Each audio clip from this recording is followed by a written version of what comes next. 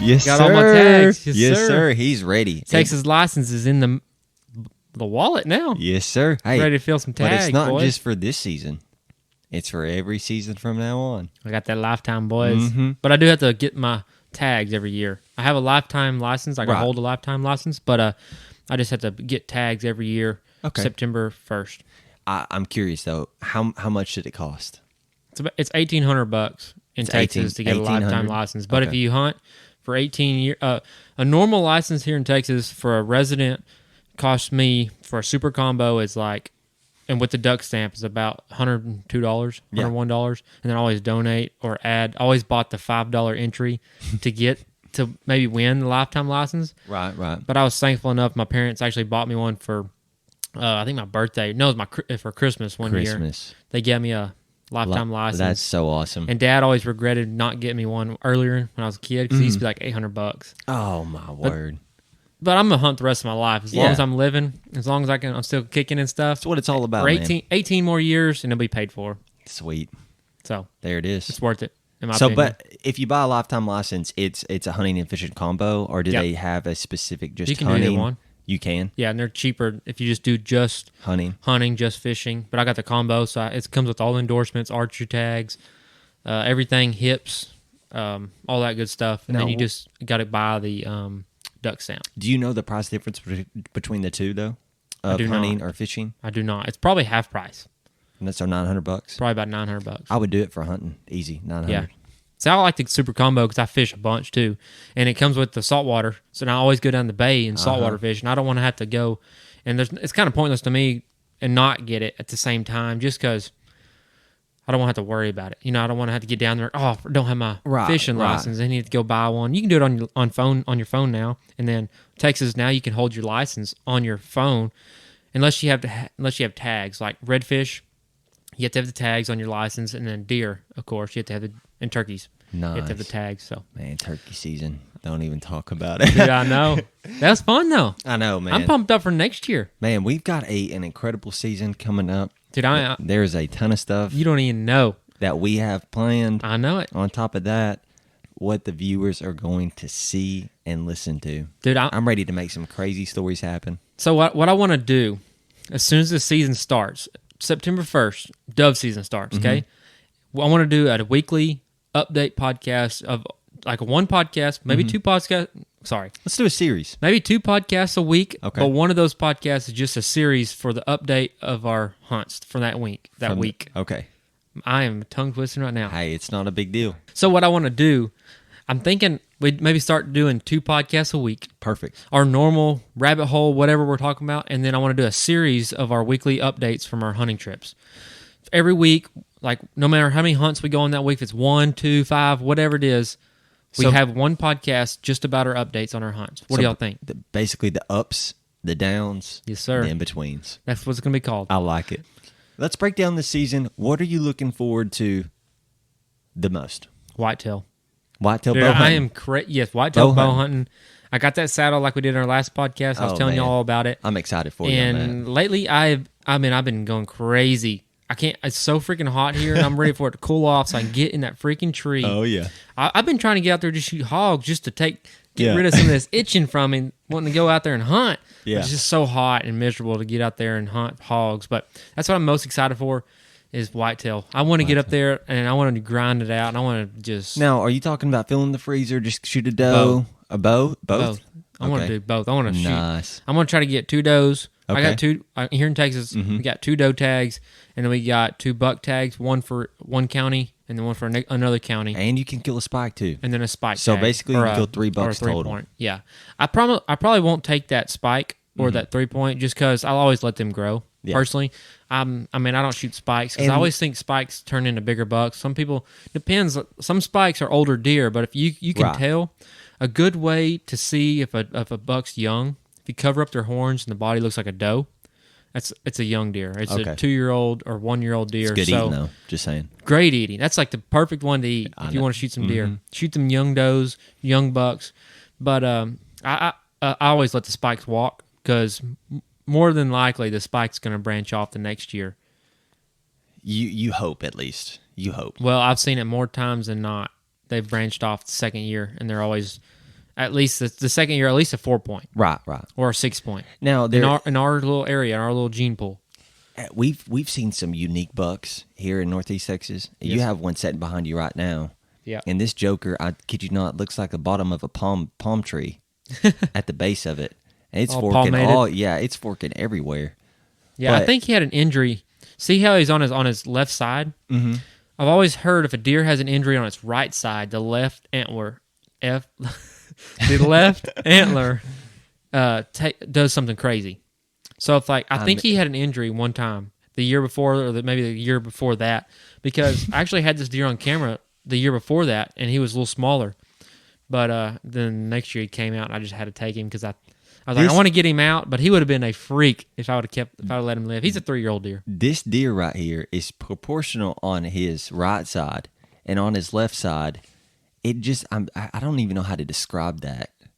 It kind of looks like Junk. a big Bowie knife, and then like blades sticking out the bottom of the handle. You know what I'm saying? And then another knife wedged in his brow tine right there. It forks. It just looks like a cluster of horns to me. It is ridiculous, and that is a unique deer. He's got 13 points on her or on him. Oh my word! How many inches inside spread was it? Do you remember? He was like 15 inside. Here in Northeast Texas, we have to have or here in Texas, general, it's got to be 13 inside spread to be a legal deer, and he's 15 inches inside. But Man, that's such a unique deer, and that's another cool thing Yeah. about going out there and preparing for the season is seeing these random weird deer. And every time the rut gets around, Yeah. you have this random huge buck that comes in, I know, but- and it's a game changer. deer like that, I like junk. I like trash deer. I do like a big typical deer, Yeah. but if I not saying there's a big typical in the field and this junk deer on here beside him, Yeah, I'm probably gonna take the typical. Yes. But if this guy right here comes out by himself, I'm probably gonna take him. I like junk, and I don't know. I like character and all the unique stuff about him. I almost shot a deer right before this deer. Okay, Really? and he was like a perfect typical buck, but he had hay string wrapped all around his horns. no way. Like a net wrap. Yeah. It was just, and he stayed the whole season like that. And I guess his horns just fell off, like, later when they dropped horns. But I was wanting to shoot that buck. He's a mature deer, so he would have been a shooter. Yeah. But I was just wanting to shoot him like that so I can mount him with the hay string all in it. Oh, that would have been sick. I like that unique stuff. It's kind of cool. That's crazy. Have you seen a potential shooter that is? Wait, hold on. You have a picture of a deer. Yeah. That does something weird on one side. You actually sent it to me in the velvet Yep. like a week or two ago. Yep. That deer is actually like 6 or 7 years old. That is crazy. I've had him on camera. I had him in 2018, and I think he was a 2 or 3 year old then. 2018 3-year-old. So maybe 6. Maybe Maybe 6. 7. I don't know how old. I think he was a 3-year-old, so he's probably around 6 years old. Okay. But he was a 5-point last year, and he's always been a 5-point. But this year he's going to be like a 7 or 8-point. But he still looks the same beam. It's real long. It's just weird. I don't know how to describe it. We need to post some pictures of these Yeah, crazy I ought deer to for post sure. a picture on our Instagram about that sucker. At least a story or something so they can at least see it. Yeah, that's probably what I should do. I should probably just keep an update on the story of the trail camera cards. Yes, sir. Hey, that would be cool too. I don't know why, but I almost don't want to shoot the deer just because how old he is. I want to Yeah. see how old he gets, just because you know what he looks like. Yeah. You can keep tabs on him, and I think maybe like next year, the year after, he might just turn into like a freak. Dude. Just 'cause that he would be already is a crazy. freak, but Right, he- right. I don't know. Just grows in. Hey, protein. Have you been feeding them? I have. I just bought 2 more bags. I've been feeding Purina Antler Max 20. It's Okay. 20% protein. During the summertime, I like to feed protein because it's a stress period for the deer. Here, especially here in Texas, it's hot. It's super And hot. yeah, it's hot, and the grasses are burning off. This year we've kind of had it's been hot, but it's Mm-hmm. been not 100 degrees yet, and we've had several little rain showers to keep the grass and the forbs like Right. keep growing. But I do like to feed protein just for that stress period. I like to put salt blocks out, minerals, Yeah. and but yeah, they've been hitting that. Give us the little tip and trick about the salt mineral, because there's 2 different kinds, and you Yeah. always recommended one to me. Well, there's like you can go get the stuff that's branded towards deer hunters, and got the big- $22. yeah, it's got the big buck on it, or you can go to your feed store, your Tractor Supply, whatever, and then you can go get the trace mineral block for the cattle. It's $5-6, and it's like weighs like 30 pounds, and it lasts forever. And if it starts breaking down from like the weather Yeah. and stuff, the deer are licking on it, the rain's dripping on it, whatever, that stuff's soaking in the dirt, And I promise you, the deer, I have a hole down here where the deer just eat the dirt from where I've had blocks there in the past. Yeah. So, I mean, it's the same stuff pretty much, but it's just crushed up and then made into a block instead of like the little granules of rocks or whatever they. There you go. Just trace minerals. A quarter of the price. It does the same thing, and you can't beat it. Yeah. So go to your local feed store, pick up a cow lick. Yep. Call it deer lick. All right. Yeah, get the trace minerals because they got all the salt. They got salt. It's mainly just all salt, but it's got like iron, magnesium, or whatever all the traces are in the mineral trace minerals. It's crazy. But it's a great time this time of year to feed minerals. Especially you want to start them off. I would say early spring when does are producing milk for their fawns and dropping fawns, just so them fawns get the minerals they need, and then the bucks are growing horns, so they need the minerals for their antler growth. Okay. Break it down. I know both seasons are right around the corner, and you did say that you're going to fill both doe tags. Yep. What do you think you're looking for? You're looking for a mature doe? And this is a controversial topic for sure, because there's a lot of people out there, hey, take the oldest doe you got. They're smart. They know what. And then there's other people that, hey, it doesn't matter. Just, put some meat in the freezer. Yeah. Well, I look at this three ways. Okay. That's a lot. I'm telling you, I look at does three ways. One way, I like to shoot a mature doe. Right. I do like to get the big doe, the big old does out. But sometimes those bigger, older does are producing twins. Like usually an older does will produce twins that's double the fawns. So I usually don't shoot does that drop twins. And they say once a doe drops twins, they always drop twins. And I've seen that out here on this property. But I do like to shoot. I like to stay around a 2 to 3 year old doe just for like meat purposes.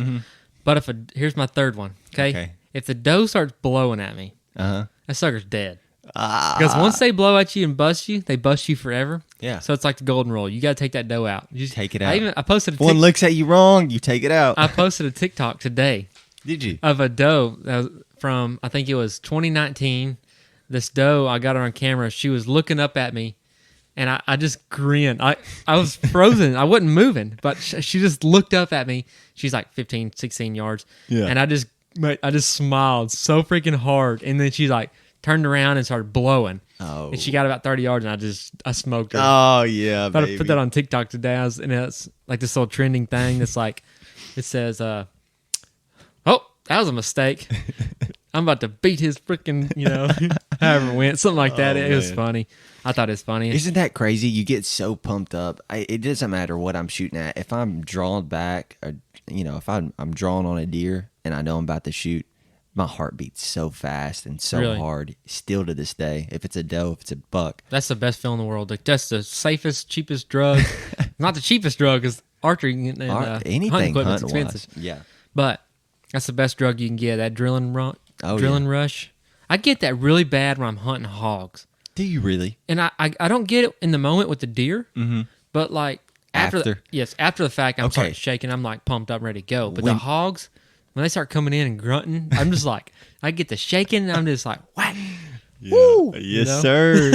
No. Keep in mind, I've been around you for a long time now. Yeah. And I can kind of, figure out if you're in a bad mood, if you're in a good mood, whatnot. Right. This joker, Nelson, was out here. He called me one night and said, this was the last day of the season. It was last season. Yep. He called me and he said, I got me one. And when I pulled up, he was trying to get his camera ready. He was getting everything ready. This dude, he was on cloud 9 with this huge, it was 12 point. Oh, it was a 10 point. 10 point. Ginormous deer. 19 and a half inside, or 19 and a quarter inside.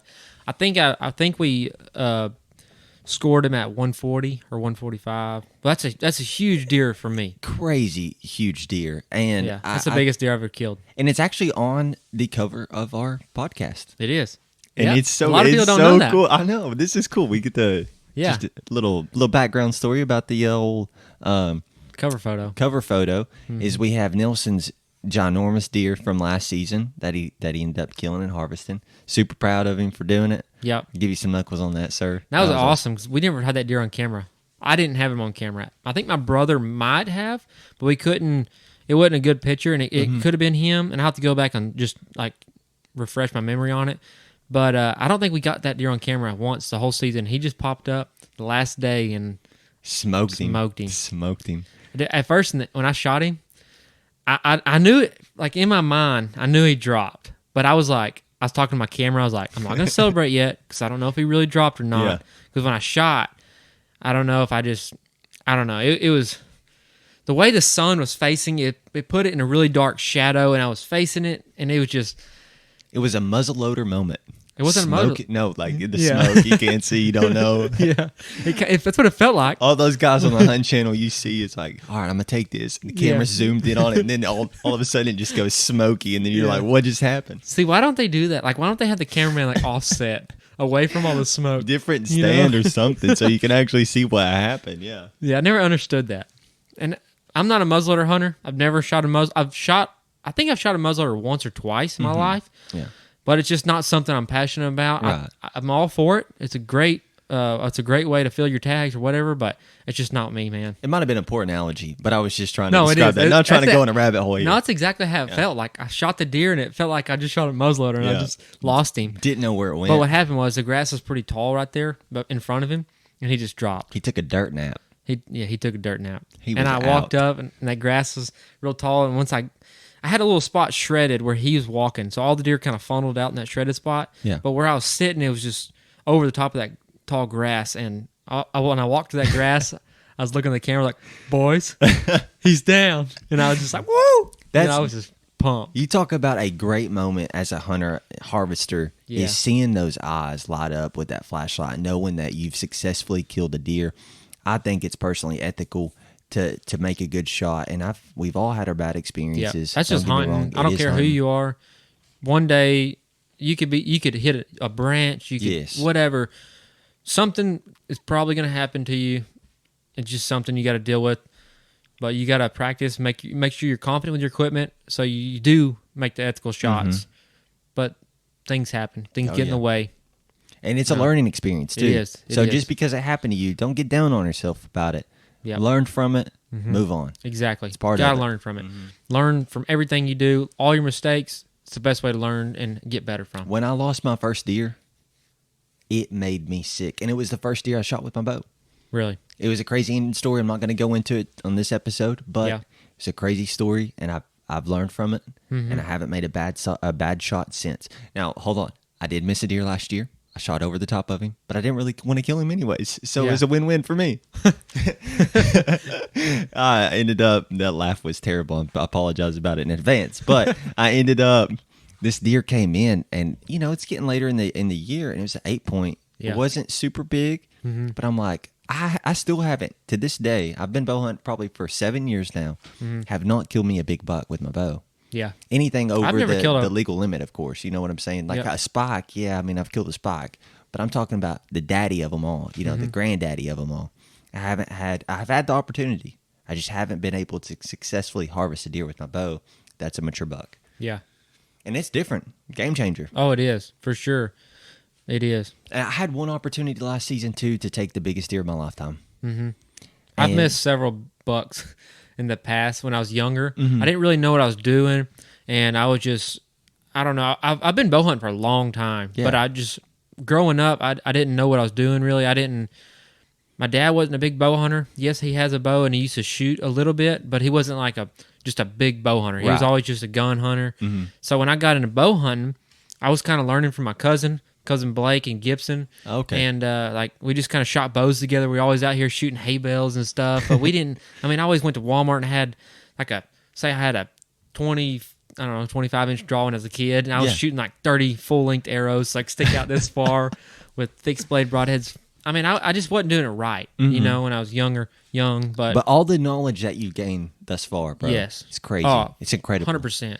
Yeah. I feel like I'm a so much better archer nowadays because I've learned from my mistakes in the past, and I've just continued to learn from it. Now I got a bow press sitting right beside me. I cut my own arrows and fletch them. Exactly. The GPA level of your hunting knowledge is a 5.0 easy. Yeah. And that's non-existent, really. It's 4.0. But you, 5.0 easy. Well, I've been crazy. hunting I've been hunting my whole life. I've always been in the woods, no matter what it is: deer, squirrels, ducks, dove. Yeah. So, I just take all that knowledge and I just kind of put it in the back of my brain, remember all those hunts. The best thing you can do is take photos. of all your hunts in the past, Oh, so you man. can sit there and remember every one of them. Some of them are cringy though. I know, have but some it's photos. so awesome to look back at all the. It just brings back the memories even more. Oh yeah, So, it's like a song but with deer. like a song. Hey, you know, a picture's worth 1,000 words or whatever Hey, it's called. let me tell you. No, that big buck came in though last season, and I ended up shaking so bad he ended up busting me. Just so you know, I wanted to throw that in there. So if anyone was Yeah. interested in it, it was my fault. But if I would have been ready and have known what it was before it came in, Yeah. the 8-point that I shot it previously was at the corn, and that joker ended up moving pretty quick when Daddy stepped in, Yeah. and I freaked out. Yeah. A few years ago, I had a buck. I think he was at like 47 yards, 45 yards. He was a That's long deep- ways yeah, out that's there. a deep shot. And I had a Luminok, and I didn't range him. I ranged an area close to him, and I just guessed, and I watched that Luminok go right underneath his belly. Oh. And he was a nice deer. He was probably the size of this one right here. Okay. And That's a good deer too. that deer right there was 17 inside. Mm. But he was close to that deer, and I just, that made me sick after missing that deer because I didn't range him. I didn't take the time to range him. I just rushed the shot and shot right underneath his belly. But I've learned from it, and now I range. I try to sit there and range all these different trees, Right. everything, and I just do it over and over and over until I just know. And then I also range the deer if I have the opportunity. Best thing when you get to your stand and you're finally set up is start ranging stuff. Yeah, See, my uncle, 100%. So anyways, yeah, my uncle, him and his brothers, they're big time bow hunters. All And right. so I ended up going to South Texas and I got to bow hunt with them, and I had my little diamond Bowtech bow, Yep. set at 40 pounds. I was thinking I was a big dog with them. Ended up harvesting my first doe. Really? There on the place. It was a terrible experience. Shot it, terrible shot. Yeah. Ended up having to put it down. Mm-hmm. And then when we put it down, it ended up not really going as planned. Yeah, yeah. And the picture explains that one because it was still on the ground. I didn't even hold the head up, okay? It was bad. But, Well, I'm glad you stayed with it and not let that run you. oh, dude, no, it had just fired me up That's awesome. to be better, to be a better hunter. Yeah. My grandpa, he's always gone out and hunted. Bow hunted, shooting archery tournaments, and even with the rifle. Yeah, And, dude, there's just something about it. Being a man, being productive, and feeling good at the end of the day. And bow hunting is that for me, yeah. Oh, for sure. I enjoy it. Bow hunting is just a drug for me. Oh, dude, It's is addicting, crazy. and I just love it. Just hunting in general. It don't have to be bow hunting. It could be just walking through the woods. I mean, doing whatever. I just love being outside. Not in the 98-degree heat like No. it is today, but I was. You know what? I was outside today, clearing trails and making little food plots. That's That's awesome. what I did after work today. Dedication, preparation. Sweating. Nelson's got it. 5.0, ladies and gentlemen. Oh, man. But, hey, it's what it's all about. Yeah, 100%. I'm pumped up. What are you looking forward to this year? Like, are you ready for ducks, deer, dove, goose? What are you ready for? Okay, I'm ready for everything. But the main thing that I really want to try to focus on this season is finally killing a big buck with my bow. Yeah. Last season, and if You you hunted don't mind, hard last year. if you don't mind me telling the crowd too about your hunting experiences last Yeah, season, go for the it. viewpoint, my perspective from it. Nelson busted his rear end chasing deer last season. Unfortunately, just because how the table turns, sometimes you're not always able to be successful. Yep. Which was pretty discouraging for him.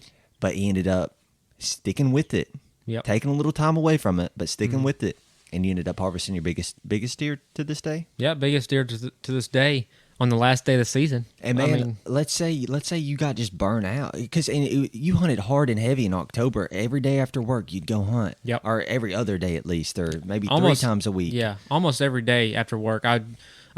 Our place that we have isn't but like 15 minutes from work, so I Right. could get out there right before and just hop in the stand. Not right before, but I could get out there real quick. Right. And especially early season, you have that time to for do sure. it. And man, he busted his rear end and he stuck with it though. Took a little break, stuck with it, ended up harvesting a good deer. And that could easily burn out a beginner hunter. Easily. Hey, Yeah. I'm not seeing nothing. Hey, you were switching stand locations. You were still putting out corn, maintaining the how many images you got, what you had on your place. Yep. Everything you needed to do, but you just got a little discouraged from it. Mm-hmm. Started duck hunting for a little bit. Yeah, I did. Dude came back and smoked him, man. Yeah. Smoked him. Yeah, as soon as duck season came around, I just kind of I quit deer hunting in the mornings and I started duck hunting. And then I started, and I just started deer hunting in the evenings if I like wanted to, you know. Yeah. But yeah, last year was tough. Last year was rough, and hopefully this year, I've learned a lot from last season, like what I was doing. Mm-hmm. And this year, I feel like I need to get more aggressive and go after the bucks instead of waiting for them to come to me. Exactly, and that's a good point too. So that's what my plan is. I'm gonna go after that buck. Right. I'm gonna find him where he's living. I'm gonna get right into his bed and just put him down. Yes, sir. You know, the stands that I have set up right now are for an afternoon or morning. But what I really want to focus on this next season too, while we're talking about it, is a mid-morning hunt. Oh yeah, mid-morning, 9:30 to 12 o'clock. Oh yeah, I kid you not. A lot of hunters out there, they make this mistake, this small mistake. Hey, I'm gonna go get breakfast at 10 in the morning. Okay, Yeah. I'm gonna hunt from 5:30 when I get to the stand to 10, and I'm calling it. That is the best time to be in the stand. What, late October, even through November? Like, I see a ton of photos at 9:30, man. Ton at 9:50, ton at 10, ton at 10:30. And, dude, I saw one of the biggest bucks that I have on camera to this day at 11:30 last season. Oh, yeah. 11:30, and I was like, are you kidding me? I know. Like, it's almost like just sleep there? in. It's almost like just sleep in. My aunt at our old place, my grandpa's old place we used to have, she used to get out there. She would sleep in. She'd go get in her stand at like 10:30, and she'd kill the biggest deer on the property out there. Man. Was that at Redbud? Yeah.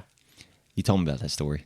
Yeah, she would sleep in and just go out there about 10 o'clock by herself, just go get in the stand, just sit and chill, and biggest deer walk out.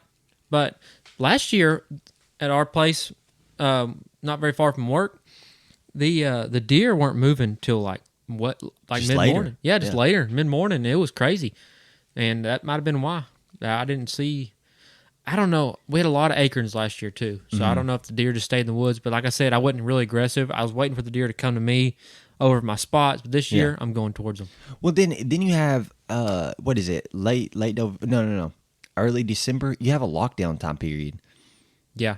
As well, and some of those big bucks tend to disappear for a week, 2 weeks, and then they come back. Mm-hmm. And it's always weird to see them just how much weight they've lost, or you know what I'm saying? Yeah.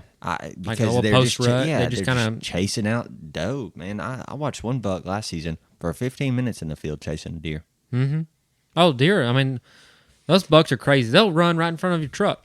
You know, when they're chasing tail, there's no telling where they're going. You know what I'm saying? Like the jokers literally could be at your stand, not even observing, smelling you. Let's say if it was downwind, if they're chasing a doe, you must really stink with some BO. You know what I'm saying? Oh, dude, those deer, they they're care less stopping about and you. Moving on. They got one thing on their mind. It's some tail. It's some tail. Yes, sir. Man, that's a discouraging.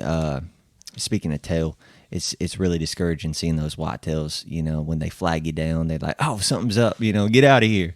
And those mature does are typically the ones to catch you. Yeah, the ones that catch you, those ones that get shot. Also, too, big mature bucks, man, they're smart and they're big for a reason. Oh yeah, it's the 100%. same thing with fish, but fish are underwater. You can't see it. You can observe them on your graphs, of course, but they didn't get big for being stupid. Mm-hmm. That's 100% right. And like I said, some of them big 3, 4, 5-year-old deer, I mean, they know what they're doing. It's really just breaking it down to an IQ level, just having like approaching a little differently, a little smarter, thinking in a couple steps in advance. And I know when you get to your stand, there's only so much you can do, but that's when the preparation, the dedication to take the time to get out there, be familiar with your saddle, be familiar with your bow, all the bells and whistles like you're talking about, so you can be successful. When the opportunity presents itself, you probably get 1 or 2 opportunities a season to take your deer. I know. You're right. But if you have work, family, birthdays, it's hard to balance that. And that's, as me personally, that's what I have to deal with, you know? Yeah. And when you get those chances, you gotta be ready. You gotta jump on it. But a lot of times you'll be practicing so much, and then buck fever sets in, and everything just goes out the window. Yep. So you gotta really, really work on what you're doing. Dude, I was shaking so bad when that big buck. I was praying, you know, Lord, please you know what help. really helps me is having a hunter of somebody in the stand with me. Really? Like somebody filming, or just somebody like buddy hunting. Because then. Because you're like, I can't mess up in front of my friend. Well, yeah, but that, or they're like, if I'm hunting my brother or you or whatever, I might be whispering saying like draw now or just just take a deep breath or something. Keeping you more just, focused, per yeah, se. just keeping you calm, and it works. Like it keeps me calm. Hey, honestly though, best thing you could possibly do: What's up? take a friend. Yeah, But see, the downfall to taking somebody and bow hunting, I'm so worried and concerned about scent. I'm a firm believer in dead downwind. Okay, that stuff is awesome. I feel like it works. But if a deer is downwind from you, regardless of how much spray you've sprayed on, most likely they'll wind you. But so you're dead downwind. When the deer's it's downwind, basically dead. But when the deer's downwind, you're smelled.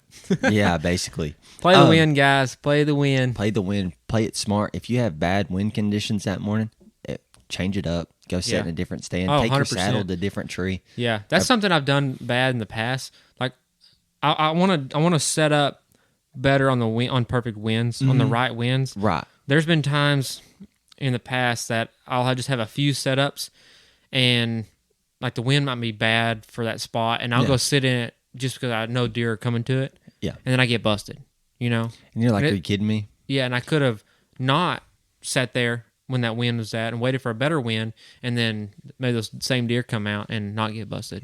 Every time that a deer wins you, though, all you're doing is giving them information. Yeah, you're just educating them. Exactly. Yep. And the more you educate, keep it. It is crazy what these deer go through. If somebody shoots them, they'll survive. Mm-hmm. If it's a bad shot and they can survive from it. Oh, deer are tough. It's crazy what they go through and what they're capable of actually doing. I know. Whitetail deer, I mean, they live out in the wild, so they're tough animals, They just adjust to whatever happens to them. Exactly. I've seen a deer, a picture on Instagram was going around last year of a buck walking through a trail camera or walking in front of a trail cam, and all his guts were visible. Oh. And he was walking like nothing was wrong with him. But deer are tough, man. They are. But and that brain seems to be a little tougher too at times. Let me tell you, because they're just smart. I know. I had the biggest buck on my camera too last season. Mm-hmm. Different opportunity, different day. Ended up coming to my corn. Yeah, the wind was blowing right at him. Mm-hmm. Instead of taking the tree line, he took a wide approach, went out in the field, and then started walking to me. Yep, they're smart. Right where the wind was blowing. And that joker ended up busting me. But if he would have came down the fence line, I could have killed the deer. Mm-hmm. Easy. Yeah. I think, as long as my shot would have been good. Mm-hmm. Yeah, well, this year I'm gonna outsmart them suckers, and I'm gonna get aggressive with them, play the wind right, get all my marbles in a row. Is that right? Your marbles in a row? Marbles in a row. How's that go? I have no idea. Ducks in a row? At least you have marbles, man. I don't know how it went, but yeah, I'm gonna try to get everything dialed. I want to get aggressive. I'm going to find them big bucks where they're living, sneak into their beds, and smoke them. But another prime example of where the saddle stand benefits the hunter. Yep. Switch it up. Go take your saddle to a different tree. Mm-hmm. Approach it differently. Kill your big deer. Yep. That's what it's all about. I know. And let me tell you, all you listeners out there, I'm going to kill me a big old whitetail this season. I'm going to hold you to it. Hold me accountable. I will. I'm going to hunt my rear end off. Yeah, just be smart about it and learn what you did last year wrong. Keep them binos secure so they're not making noise like they did. And take that deer. Get that big one. I looked at that big deer with what he's talking about is I looked at that big deer with my binos, and I had the chest pouch from Sitka. And instead of putting them back in properly, I was worried about it making too much noise. Mm-hmm. I just kind of slid them in there and then tried to shut it, but the pouch wouldn't shut because they were still sticking up a little bit. And I was shaking so bad, my binos were rubbing against the chest pouch, and that deer busted me. Yeah. Easy. Yep. And hey, honestly, I typically set my corn up 20 yards from the stand. And the reason why I set it up 20 yards from the stand is that's my 20-yard pin is what I'm most comfortable and confident in. I don't really like taking shots at 30, 40 yards, and people might think I'm crazy. But when you shoot a deer in the wrong area at 20 yards, it makes you think a little differently. Mm-hmm. And I'm all about trying to kill a deer in the most ethical way. But I love seeing a deer drop, not because I just enjoy seeing that, but I know that I've done my part in successfully killing that deer properly. So it's not out there running with its guts hanging out, or it's not out there running with an arrow sticking out of its back. You know what I'm saying? Yeah, I know what you're saying. Well, I think that does it for us, folks. No. Yeah. Well, I'm pumped up for this season. Hope everybody's ready. Get your ducks in a row. Get your marbles in a bag. Marbles in a row. However that goes. And hope everybody has a good season. I'm pumped up. We got a few more days till dove opener here in Northeast Texas, and I'm excited to shoot some birds. I can't wait to put some of those dove on the Traeger. Wrap them up in bacon and jalapeno and cream cheese. Woo, boy. That's the best meal. The teal, the mallards, all of it. Now, teal early season, of course, but can't be shooting mallards early season. No. But let me tell you something. Mallards, the way that you cooked them last year, reverse seared. Woo! At turkey camp, that's the best time to eat some duck, man. With the skin on? Yes. Yes, sir. All right, guys. Thanks for listening to this podcast. This little rabbit hole episode. Hope y'all enjoyed it. I guess it's rabbit hole. Will this be a rabbit hole? Man, no. This is getting ready and prepared for the upcoming season. Yes, sir. Getting ready and prepared for the upcoming season. Sound like you're announcing a baseball game, kind of. In the outfield, we have Nelson Cobb because he's in the right field and he sucks. I'm just kidding. I played right center at a softball game tonight. What are you trying to do? I'm just kidding. No, I'm just kidding. I appreciate y'all tuning in and listening to us. And hey, be sure to like, follow, subscribe. Yeah, and leave us a review on iTunes, and we'll catch you on the next podcast. Thank you. Yes, sir.